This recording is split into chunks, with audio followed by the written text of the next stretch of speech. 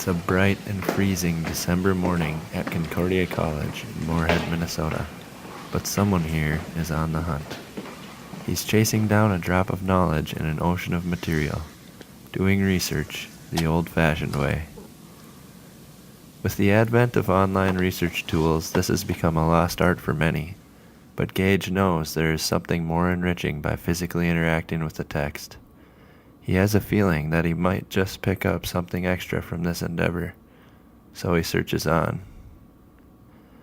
The search can take time and often requires patience. You might not always find what you're looking for right away. Sometimes success just requires a little extra stretch. Now the question is, can I find here what I am looking for as well? Recently I became interested in researching a symbol commonly referred to as the flower of life, what you see here. The symbol has proven particularly difficult to research. Let me explain. Before the internet, the library was how textual information was researched almost exclusively. Your directory was a real person, an expert in seeking out knowledge through waves of books and steering you away from bad research, a librarian. Nowadays, however, many researchers rely on an entirely different mechanism, the modern search engine. The transition from the library to the search engine has had some troubling consequences. Pseudoscience is defined as a theory, methodology, or practice that is considered to be without scientific foundation.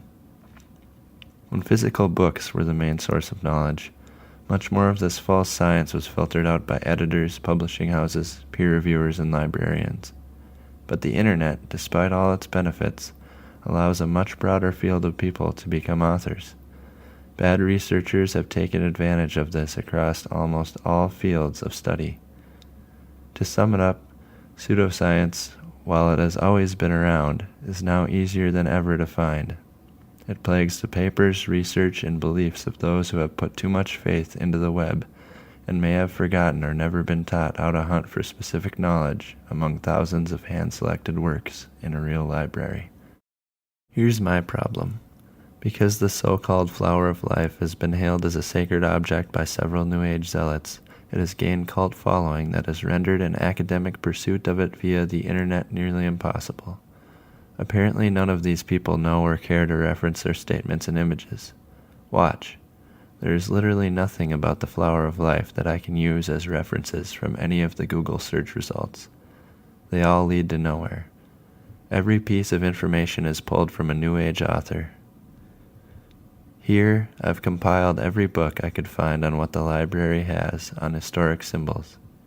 Then, I went through and narrowed down the pile by looking at tables of contents and scanning the pages. I discarded all those I know probably won't help me out, and I kept the ones that looked even remotely promising. I finally found a clue that led to something concrete. A drawing in a book, Christian Iconography, A Study of Its Origins, by Andre Grabar.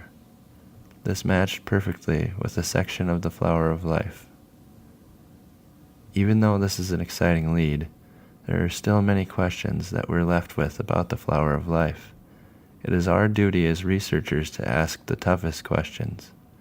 So I'll leave you with one last difficult question. Is it possible that a prehistoric human could have drawn the flower of life?